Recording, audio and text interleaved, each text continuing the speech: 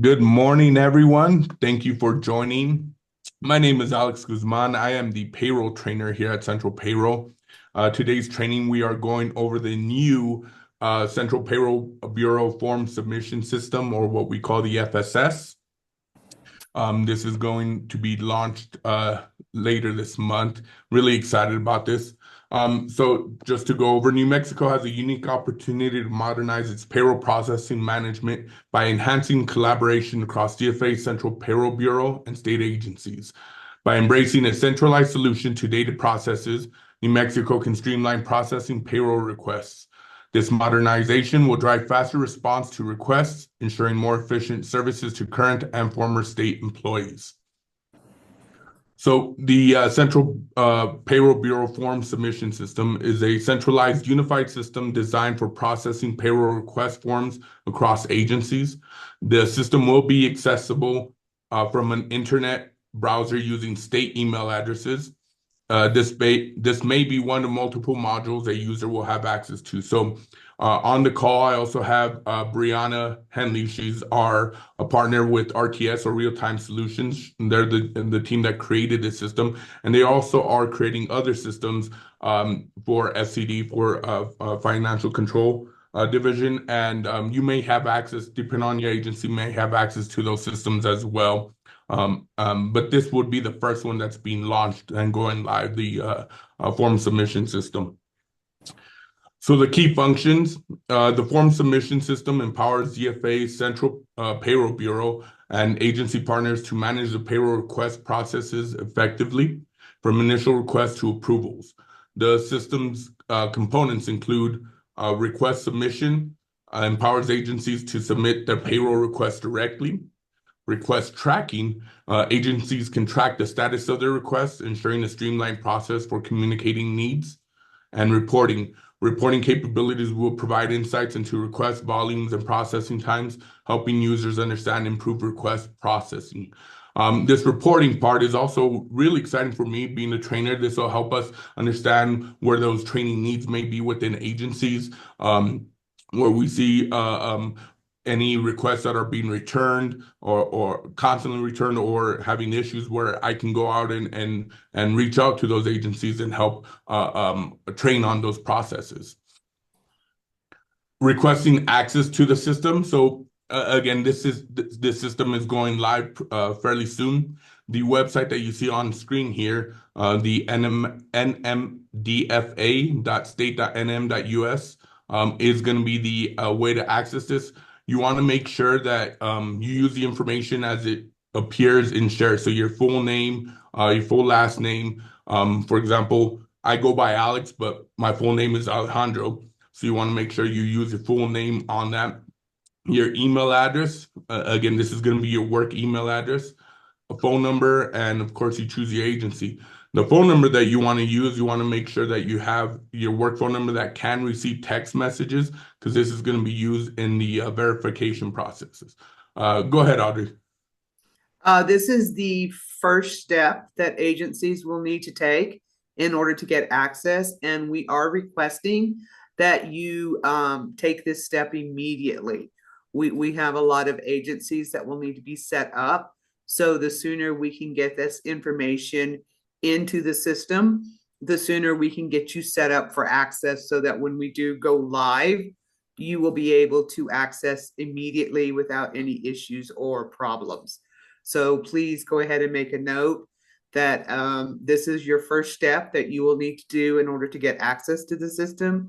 And please go ahead and do that within the week, so that we can start getting you people, getting everybody set up, so that they have the ability to access the system when it goes live. And this deck will be available, so you have that website on that deck that you can, in case you don't have time to save it or write it down, you will have it on the deck. So once you get access to it, this is what your login page looks like. You have your email, your password, and then on the bottom there, in case you forgot your password. And then again, if you have someone else that needs a request access, you can click on that request access there at the bottom as well. logging in, once you put in your email address, your password, it's going to ask you to send a code or input a code. And this code will be sent to that phone number that you put on file or your email. And I see we do have a couple questions. Uh, Go ahead. What was? So anonymous attendee is asking, what if you do not have a work phone that accepts text?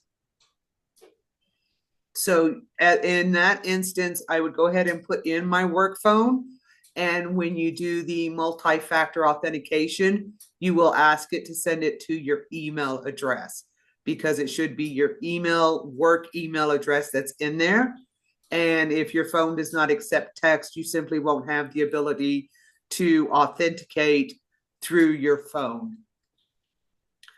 I would not recommend putting your personal cell phone in as a work number because that is your personal phone number. And when you start putting in personal information, you are opening up your personal information to IPRA request. So I would not, under any circumstances, put in a personal phone number for your work cell phone number.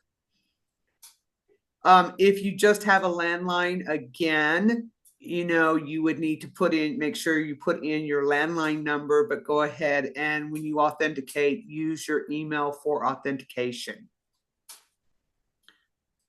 So the next question is, what if you don't have a work phone number that can receive text? We've already answered that. And what if you're responsible for multiple agencies? Lisa, we will get to that later in the process. So we will answer that question as we go through the slide deck. Awesome. So once you log in, Okay, wait, it's telling me that my email is already in use. If you are a tester, Rebecca, you may have already been set up, but if you are getting this error, please make a screenshot of it and forward that to Brianna Henley so that they can research to see what the issue is. Is that correct, Brianna? Yeah, I was going to type my email in response to your question, but I didn't answer live. So I'm just going to put my email in the chat that you can send any issues that you're having to.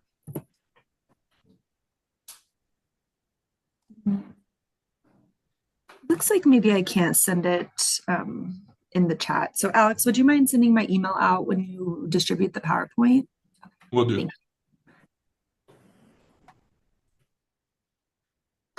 One more question. Jody, I don't know what you're referring to by able to enter your information into the system. Are you talking about submitting tickets or are you talking about simply getting you set up as a user?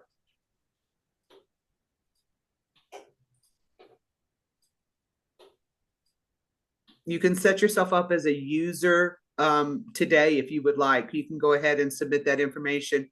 It will take a few days for us to get everybody set up. So don't expect to see an immediate setup once you submit the ticket. But the sooner you submit the information, the sooner we can start working on it. Additionally, and Brianna, correct me if I'm wrong, but the setup email, which gives you access, will be coming from RTS. And please do not mark it as spam or indicate that this is phishing, because it will remove the email from your ability to access it. And you will have to then contact Brianna to have her resend it to you. So please be very careful once you've submitted your information for setup. Make sure that if you get an email from RTS Solutions, it will say on behalf of DFA or for DFA. So it does appear like it may be phishing, but it is not. It is actually your access to this system. Yeah, and Audrey, we've actually got an update there. We have a DFA relay email now, so it will be coming from a DFA email address in the future. But if anything happens and you mark it as phishing or lose the email, you can still reach out and we'll make sure you get that. Okay. Crystal, I don't know what error you're getting when you enter the phone number.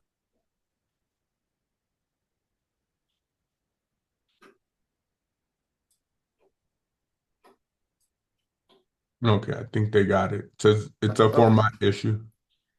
okay. Excellent questions, everybody, and we will try to stay on top of answering your questions as we get them. So great job. Okay, so once you're logged in, this is what the landing page looks like. So you'll see all your requests here right when you log in. You have the request counts on top of the page. So the requests awaiting me, new requests over 1 day, new requests over 3 days, and new requests over 7 days. Then you have the button to add a new request, and then you have multiple filters on top to filter through all the different requests here as well. Request submissions. So request submissions are streamlined by allowing agency HR representatives to submit a variety of payroll requests for review and approval from payroll offers to legislator annual buybacks. And we'll be taking a live look here at the end of the presentation here of the site and creating some of these requests. So we'll get a better look at this. But there'll be a drop down here whenever you create a new request that shows all the different forms that you can submit.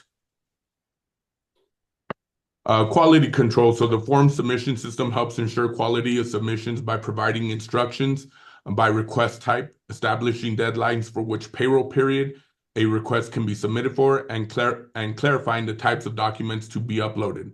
Fields we will pre-populate as appropriate. So up here you'll see must be submitted by HR director unless request is for them. This is specifically for direct deposit access. That description or that little message there will change depending on the form that you're submitting. So again, right now, when we take a live look, you'll see how that changes. And then you have your payroll period. Again, these are drop downs, so it makes it a lot easier. So you don't have to worry about figuring out what date or looking at your calendar. You know the date's there. It gives you the range for that payroll period. And then near the bottom, it'll tell you what type of form that you need to submit with the request. We have a question come in. No, it's yes.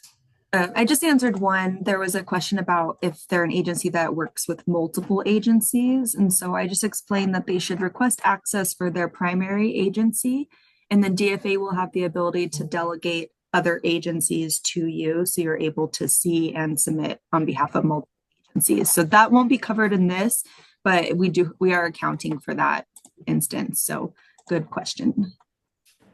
And then Sarah Grace is in there asking about the early childhood education department business unit. I was just going to go check on that one real quick to see if it was missing from the list.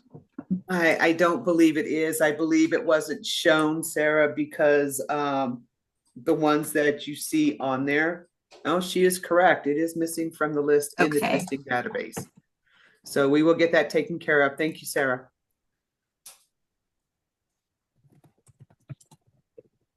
Awesome. So on the workflow, this is more on the on our side and what you can see on your side as well. So processing workflow requests will go through 3 levels of approval. So it'll go through data control, payroll, and then financial control, being the final approver. Upon approval at each level, the request will automatically route to the next approvals queue. Again, this is more on our side here, what we go through, and you'll see those status updates on your requests as well. Request documents will be available to view, download, and requests will be editable by the reviewer as needed. A change history will be documented for the submitter, so you'll see at the very bottom of your requests all the different changes or the process that it's going through.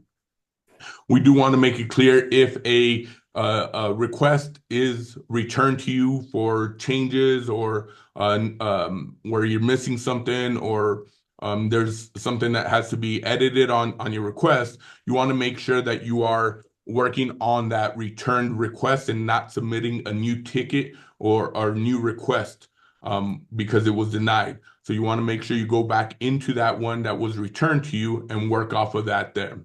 Go ahead, Audrey. Also, please pay attention to the change history because with this new platform, we have the ability for central payroll to potentially make changes in order to not have to return it.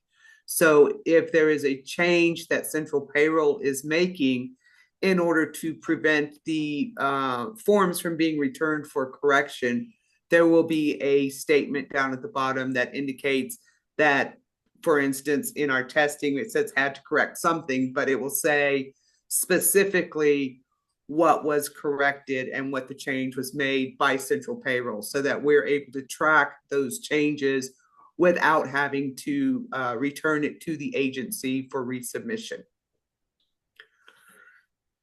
So Danietta is asking, do we need to be signed into the system to see the rejects, or will we receive a notification in our email something was being returned?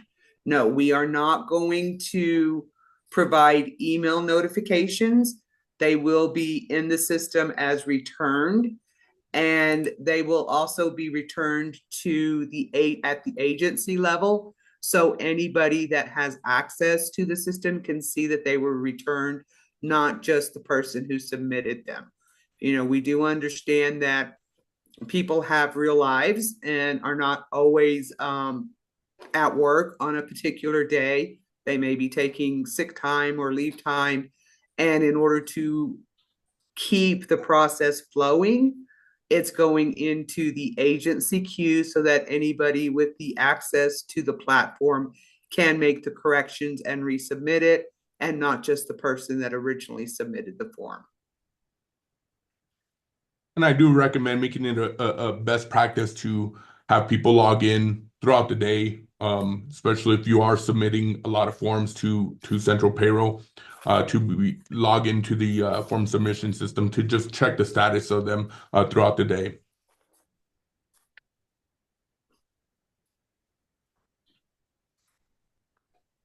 So the monitor request status, so DFA, Central Payroll Bureau, and agencies can view the status of each request. Once approved, DFA and agencies can review for backup as needed. And you'll see that here on the status. And again, we'll have a better look at it in live view. So let's go ahead and go to live view here.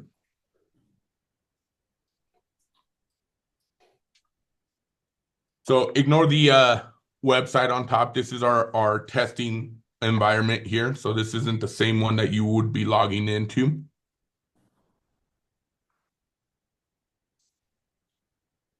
And you'll see here, got a question that popped up, sorry. Does the system time out? That's a good question. I'm not too sure. Brianna? It does. I can tell you it does time out, but I believe the timeout is rather long. I don't know the exact amount, Brianna. Perhaps you couldn't give us the exact amount of time, but I do know it does eventually time you out. Yeah, I think that we set that for 30 minutes, but I'll just confirm, Audrey, and I can circle back in just a minute. Okay, so this is the live view. Couple things. Again, we made a couple of changes. So you'll see on top here versus what was in the presentation. There's new requests and all requests. So this is going to make it a lot easier to filter out requests that have already been completed. So if I go to all requests, you'll see here there's another one that popped up here that shows status complete. If I go to new requests, it's going to clear that out and just show what's currently pending. And here you have the agency. So right now, in my profile, I'm an agency in 341, which is DFA. Shows that submitted on behalf of, this is going to be your employee or your staff.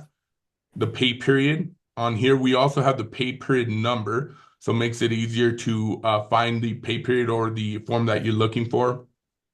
The type of form, whether it was returned, and then the status. And again, you have awaiting payroll, awaiting financial control, pending input, and completed if we were to go to all requests here. The filters, this is where if you are helping and working on multiple agencies, where you're able to filter out for the agency that you're working on or helping with. I know we had that question earlier about submitting forms for different agencies. So if you need to look for a specific agency, you can filter that out and you can do multiple filters. Again, I only have access right now as an agency to 341, so I can filter this out and it's not going to show anything here. I can filter by employee. So again, if I were to just type in the employee's ID number, it'll pop up here, as well as by pay period. So if I were to type in 15, oops.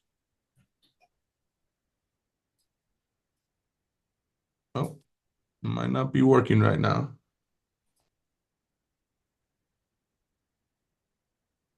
It was working earlier.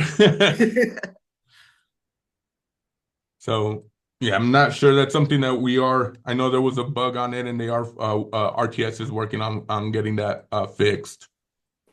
And then of course you can filter by type of form, filter by whether it was returned or not, and then by the status.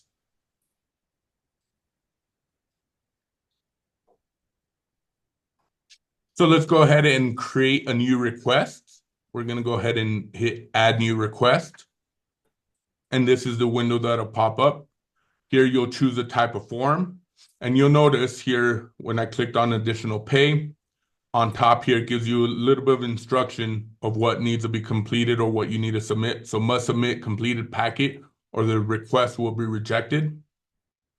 If I were to go to bank setup, nothing extra here. Direct deposit access must be submitted by HR director unless the request is for them. If request is for the HR director, must be submitted by the agency CFO. So again, a few different instructions that'll change depending on the form that you're trying to submit here. So for this example, we'll just do an additional pay.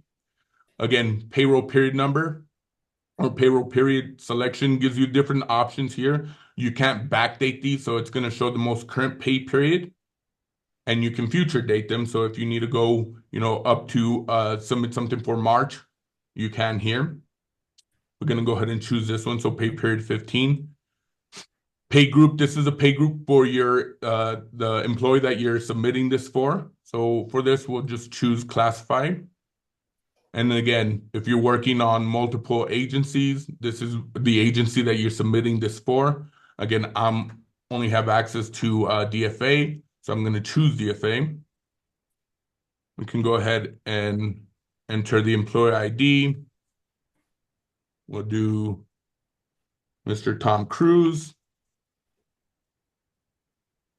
And then down here, it's going to show you what documents you need to submit with this. So you have the additional pay request, the para RHC calculation, and a summary page. So I can choose a file and I'll do the additional pay request form. For this here. And you can submit in Word, Excel, or PDF. So here I'm going to choose just the 2025 calendar as the example, a summary page. And down here, you can add any additional notes needed. So these aren't the notes specific to the request form. Remember, the request form is still the same request form that we have. So the notes regarding the form itself should be on the form.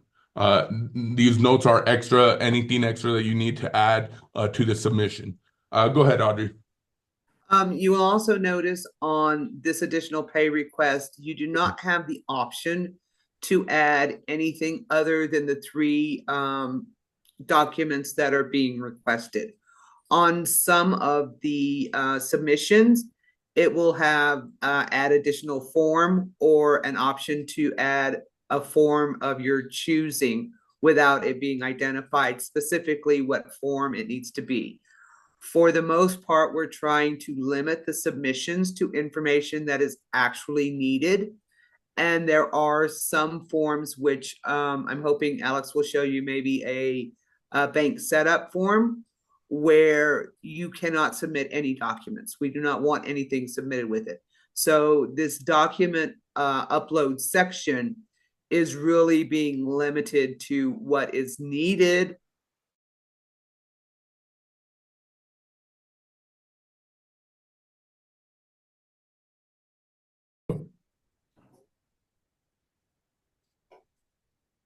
Hello? Did I get disconnected? I think you're there now. I had Are it. you there, You all, Alex? Okay.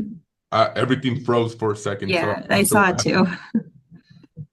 Okay, so let's Okay. take some questions. So Raina is asking, what is the turnaround time for DFA review? This will assist on how often we need to check on the status of our request.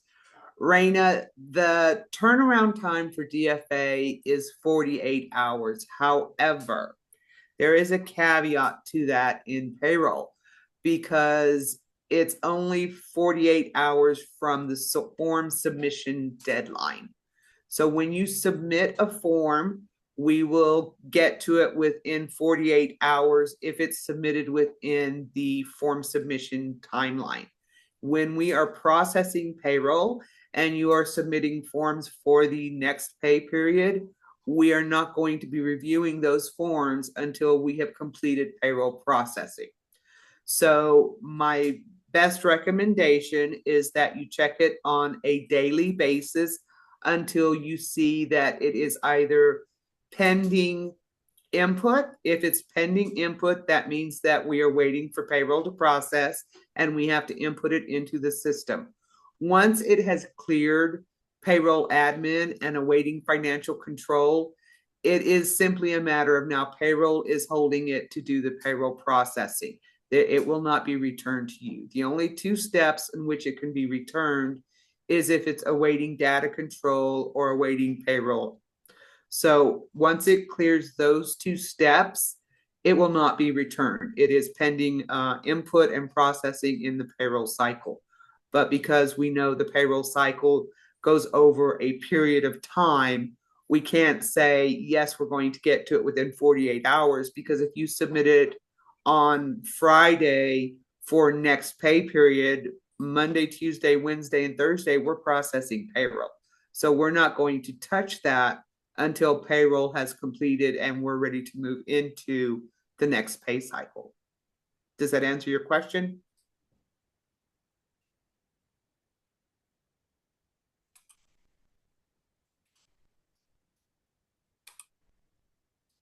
Melton, if you can't hear us, I'm thinking there's something wrong with your system. I don't believe anybody else is having a problem.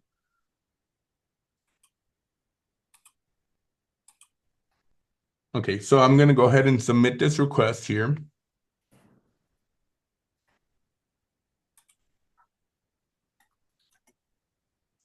And you'll see here showing on my page here, the submitted on behalf of, this is the newest request, that's the employee number, pay period, additional pay, returned no, and awaiting data control, which is the first line in central payroll.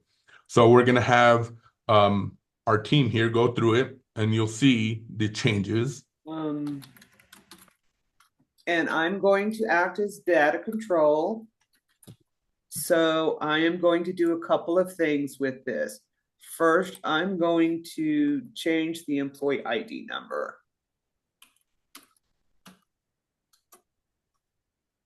And I'm going to add a note.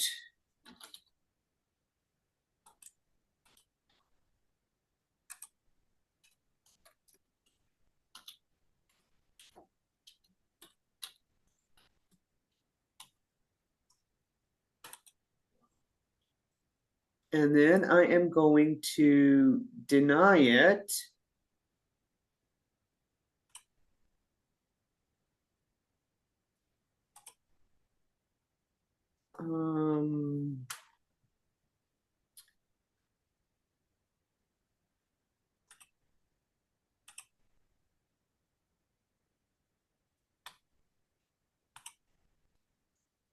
So now it should be back in Alex's queue. So we'll see here on my screen, the employee ID has changed.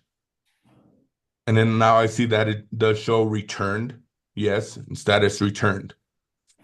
I also see here on the right where it says submit corrections now. So I can click on this and it says need to correct paraform, incorrect hours, incorrect new rate of pay. So this gives me the opportunity to go back in here and I can view the file. And it's going to show it again. This was a PDF of the calendar. So I can go in here. If I need to go into the summary page, it's going to download the summary page here. Oops.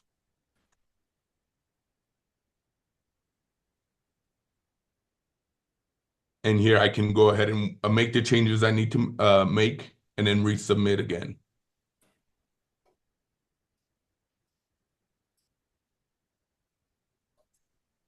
If I needed to add another document, say something messed up, I have that option here at the bottom to make that change there as well. So again, Central Payroll has the option to make changes here in case. Again, Audrey had changed the employee ID. Maybe I typed in, the wrong last number of it, and she was able to catch it. She can make that quick change for us here on that submission. So I already made the changes. I'm going to go ahead and submit these changes.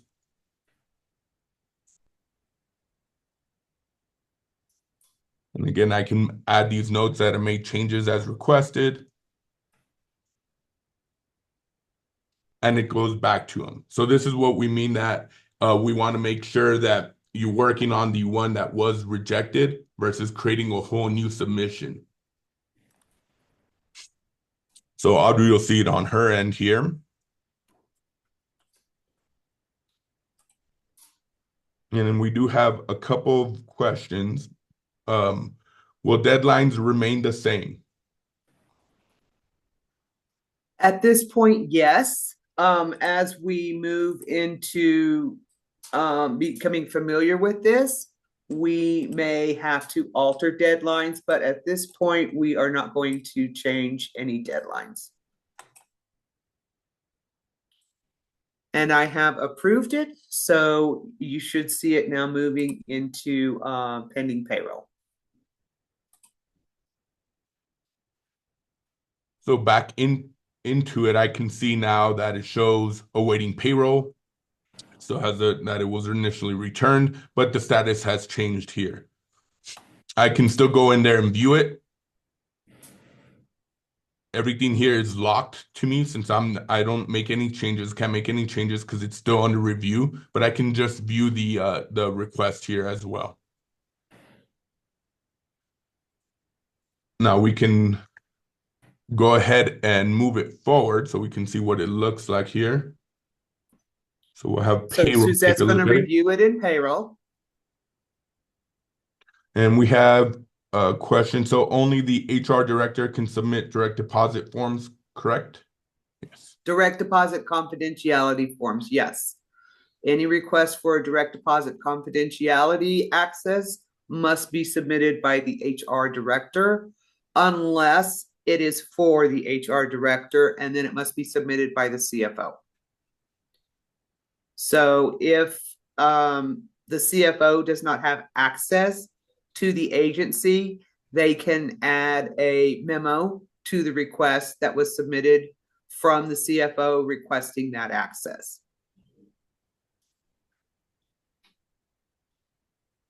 All right, Suzette, have you been able to approve or deny the additional pay? Yes, now go ahead and update your screen. Okay, so it changed and now it's saying awaiting financial control.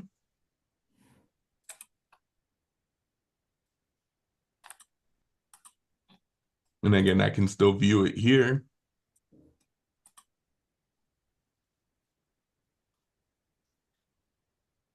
And financial control has approved it. Go ahead and refresh here. And it's at the final status of pending input. So this has been reviewed, everything's been checked by Central Payroll, and they're just waiting to input it into the system, into Share. And then we have a few questions.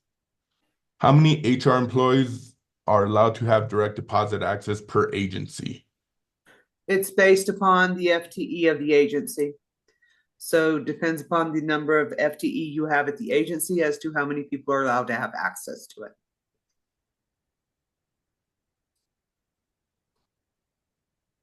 And then is there a list of what the statuses mean? For example, awaiting financial control, pending input, awaiting payroll.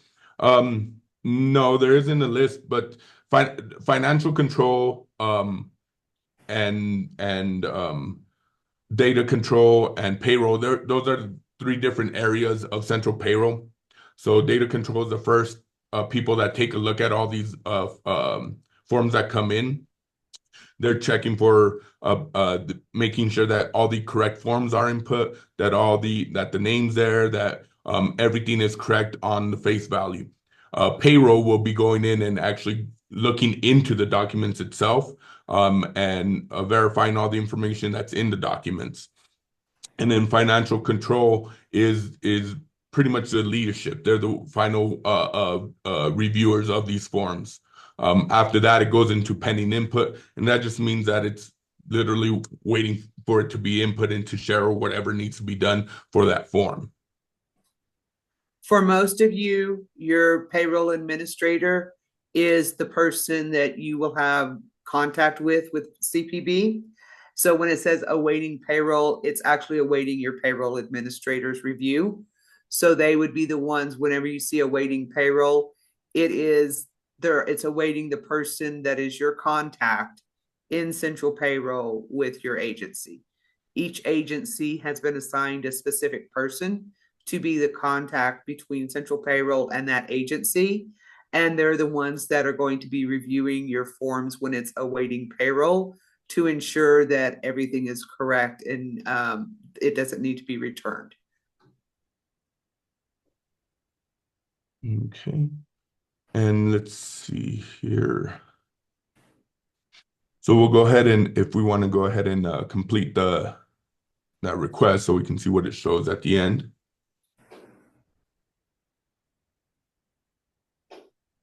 And we have one more question. Will we need to resubmit the forms for direct deposit access, or will the current employees still have access?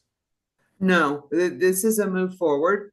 So any access that you currently have, you will maintain. The only reason that you would need to request new access is if it has been removed because you have left the agency or your role has changed or some other, maybe you went on a leave of absence and so they temporarily suspended your access. So there's really no need to request HCM additional access. Your access should not change. This is simply a new mechanic by which we are using to submit the forms. So you will no longer submit the forms to the central payroll email forms inbox. That will be used specifically for any type of communication that needs to be had outside of forms. But if you are submitting a forms request, it will need to go through this portal. So it looks like that form we submitted has been completed. We can see that on the status here. And again, I can still go back in there and view the request if needed. We'll go ahead and go back and let's look at another request. So we're going to create a new one here.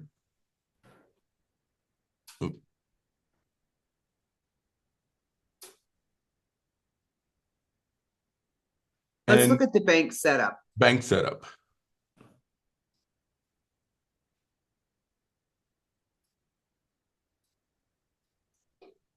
I'm going to go ahead and choose DFA.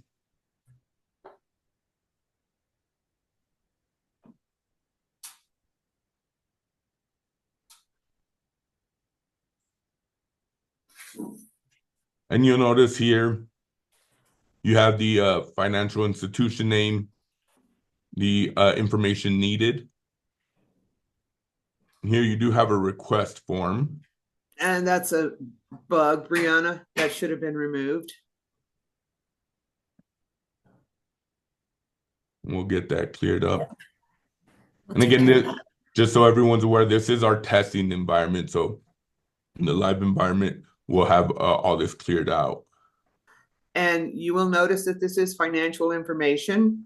So once this is submitted, I do believe this information is going to be masked so that you will no longer be able to see the routing number, maybe not the routing number, that's open information, but had this been a request for something that contained an actual bank account number or social security number, then that would be masked.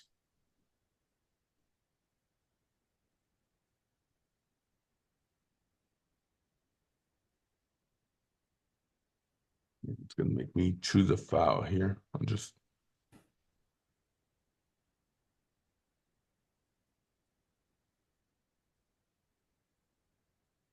And just so you guys can see how it looks like once it's submitted, again, shows the bank, the type of form, and the first step, awaiting data control, and pay period, employee ID, and your agency here.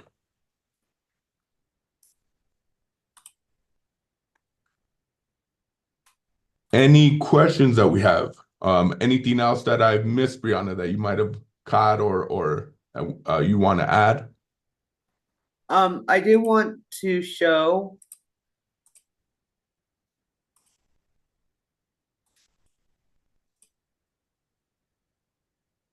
okay, so if you go back and refresh your screen,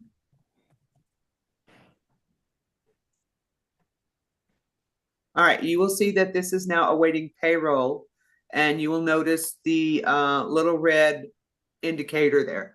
I moved this so that this is a priority request, meaning that this one automatically comes to the top of the queue.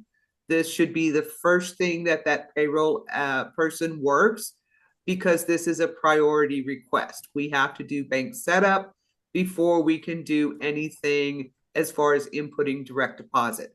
So if for some reason we need to move this up into the queue, that's what will happen. When we say this is a priority, that it will automatically go to the top of the queue, and you will see the little red exclamation point next to the agency number, indicating that this is the first form that we want payroll admin to look at.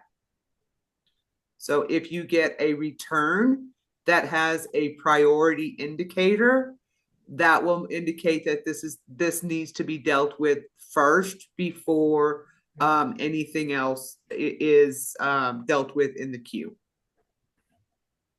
For instance, if it's a settlement and we're needing the settlement to be paid out before payroll starts, and it was submitted on Tuesday and we're starting payroll on Wednesday, we would mark it as a priority, meaning this needs to be done before we start payroll because it can only be done on the off cycle. So it would definitely be moved into a priority instance and go to the top of your queue. Any questions there? Oh, we have a lot of questions.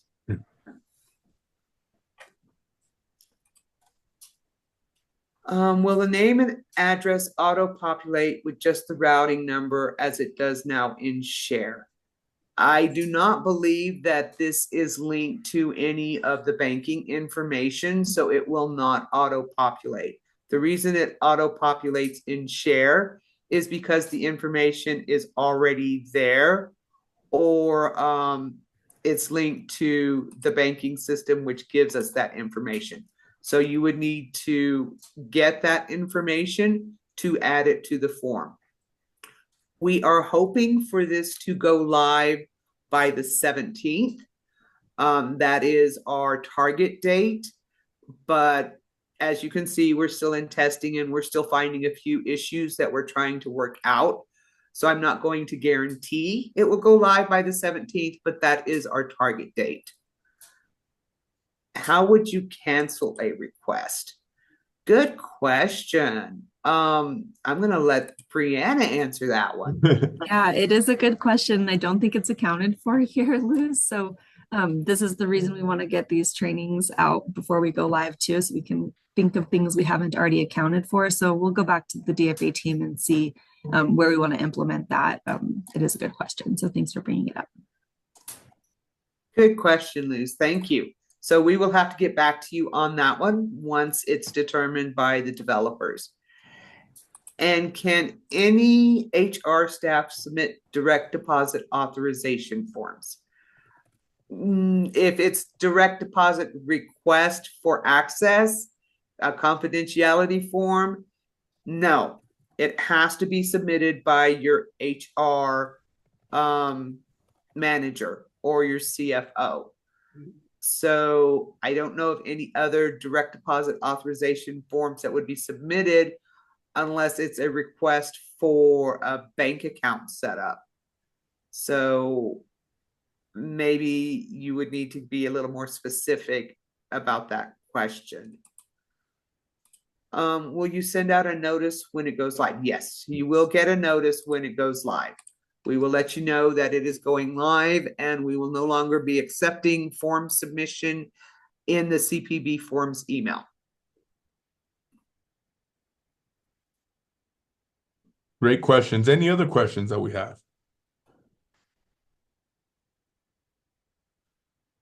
Will we be entering new hires by this method instead of directly in?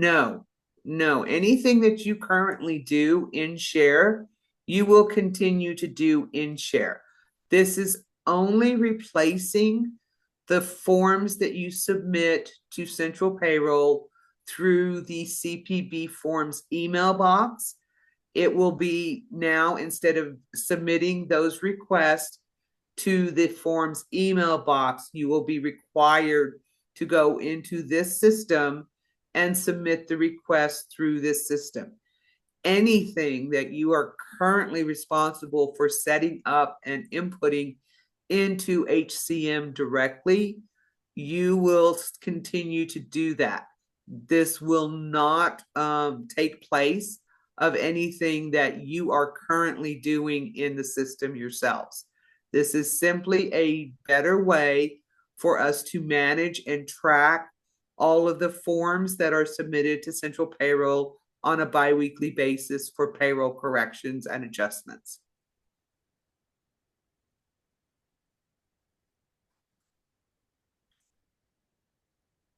Great. Any other questions?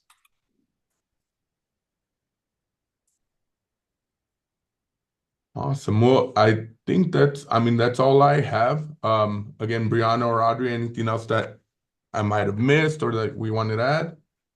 I do want you to know that this system, if you see something where it has been sitting for an extended period of time, you'll notice up top that it says it gives you a number of requests that are over a day, over 3 days, over 7 days.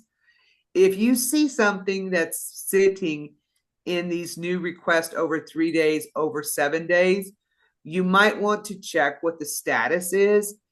If it is anything that is not pending input, or if it is something that was submitted, as I said, in a pay period that we're not waiting for, or that we are waiting for instance, it was submitted in advance. You have somebody who is being paid or is having pay taken away from them over 3 different pay periods. So you submitted all of the forms at once for those 3 different pay periods. Those will easily move into these various buckets. But you definitely want to pay attention to what is sitting in these buckets. And if there's something that you think may have been overlooked, bring it to your payroll admin's attention, because they are the ones, when it says awaiting payroll, like I said, they are the ones that it is waiting on. 9 times out of 10, it's going to be caused by a timing issue. So if it's awaiting payroll and, we're in pay period 15 and you submitted for pay period 17, it's easily going to end up in this request over 7 days. So just be aware, while this information up here is very, very helpful, you definitely want to make sure that if there's anything pending these multiple days, that you bring it to someone's attention. Now, you will notice that it says 4. 1, 2, 3, 4. There are 4. So once it gets to complete, it drops out of this count. It's no longer a part of the new request that is sitting in these pending buckets. But as stated, it could be in pending input for several days. So if you see 4 requests here and you see 4 pending inputs, you know you're okay. If you see 4 requests here and there's only 1 pending input, I would definitely be watching to see, well, what is it? Where is it moving? Is this something that was set up or was submitted for 2 pay periods in advance, and that's why it's still awaiting payroll or awaiting data control? So if you filter by pay periods, so if you can filter, say, by 15.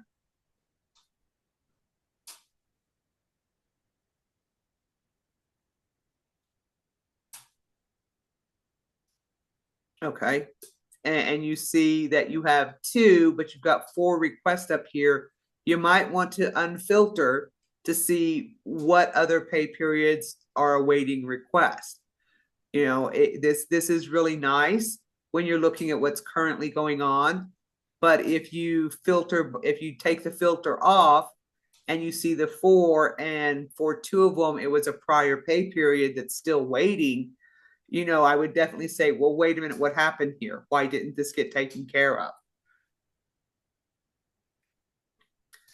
Is there a time limit on the completed actions? Do they get archived? If so, how long can we see them?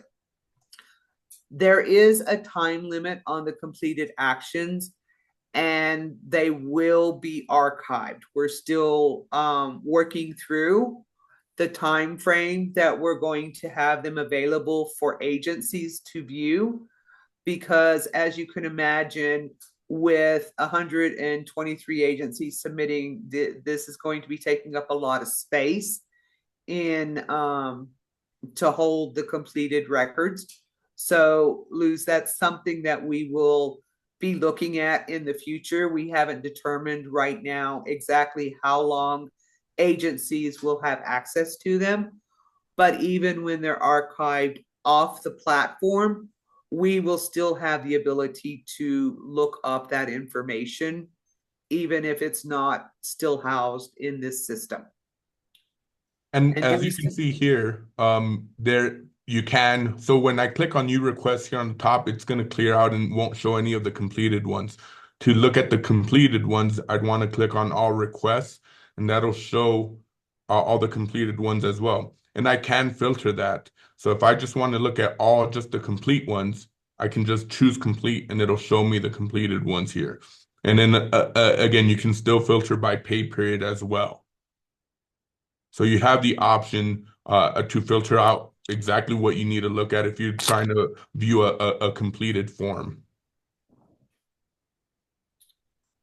So anonymous attendee is asking, do we still have to use the DFA naming conversion when uploading files? No, that's the beauty of the way the forms are set up, is that we tell you specifically what forms we want you to add. When you submit it, it's already in the naming convention. So we already have all of the information.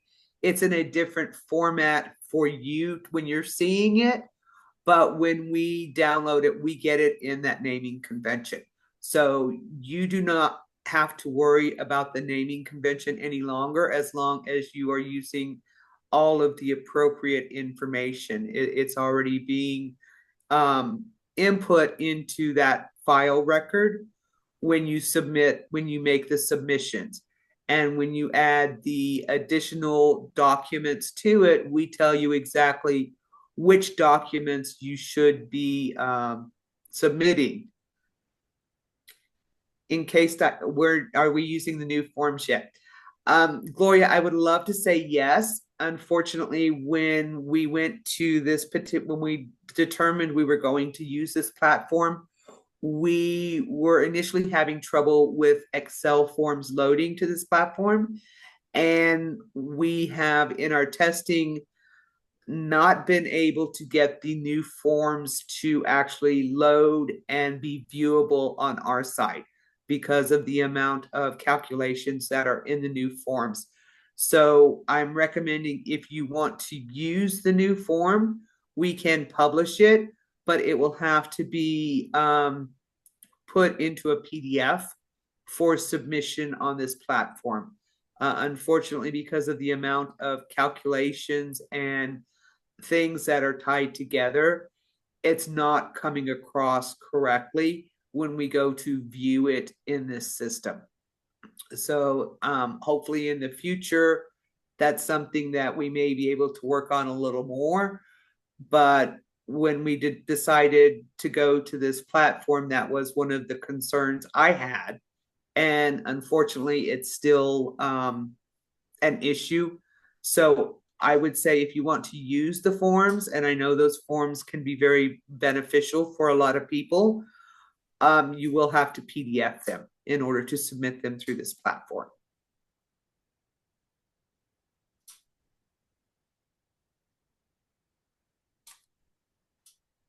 Great questions. What is the name of the channel? Oh, I think he's asking about the YouTube channel. I believe, let me pull it up here actually, since my screen is sharing. So yeah, you should be able to find it under NMDFA. And then here it's NMDFA 8097.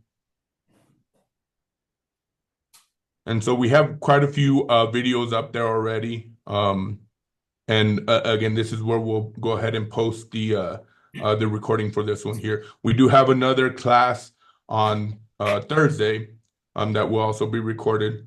So it might not be this exact one. It might be that one. We'll see which one came out better. I know we had a glitch earlier, so I don't know how that came out in the recording, but one of these trainings will be uploaded to our YouTube channel.